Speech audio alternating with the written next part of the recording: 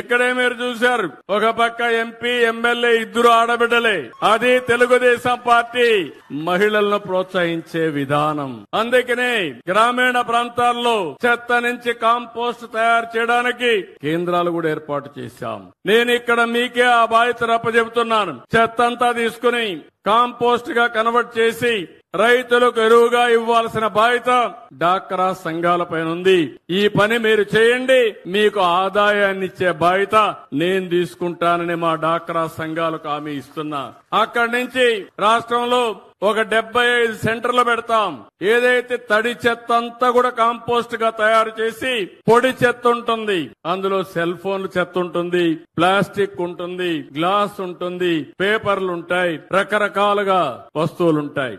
అవన్నీ కలెక్ట్ చేసి మళ్లీ రీసైక్లింగ్ పంపిస్తాం, ఫ్యాక్టరీలకు పంపిస్తాం. దానివల్ల మళ్ళా ఫ్యాక్టరీల్లో కొత్తగా ఇనుము తయారు చేయకుండా ఇనుపు వస్తువులు తయారు చేస్తారు. సెల్ ఫోన్లు ఇవన్నీ మెల్ట్ చేసి సెల్ ఫోన్ లో వాడతారు. ఇంకో పక్క పేపర్లన్నీ వాడి మళ్ళా పేపర్లు తయారు చేస్తారు. ప్లాస్టిక్ మంతా చేసి మళ్ళా ప్లాస్టిక్ తయారు చేస్తారు. అనేక వస్తువులు తయారు చేసే పరిస్థితి వస్తుందని చెప్పి కూడా నేను మీకు తెలియజేస్తున్నా.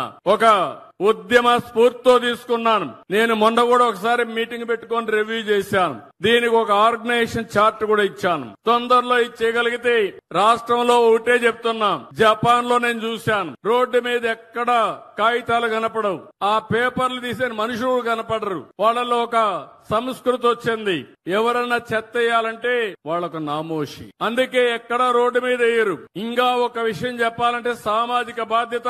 రోడ్డు మీద పేపర్ ఉంటే ఆ పేపర్ తీసుకుని పర్సులో పెట్టుకొని ఇంటికి పోయి డస్ట్ బిన్ లో వేసే సంస్కృతి అని చెప్పి కూడా నేను మీకు తెలియజేస్తున్నా.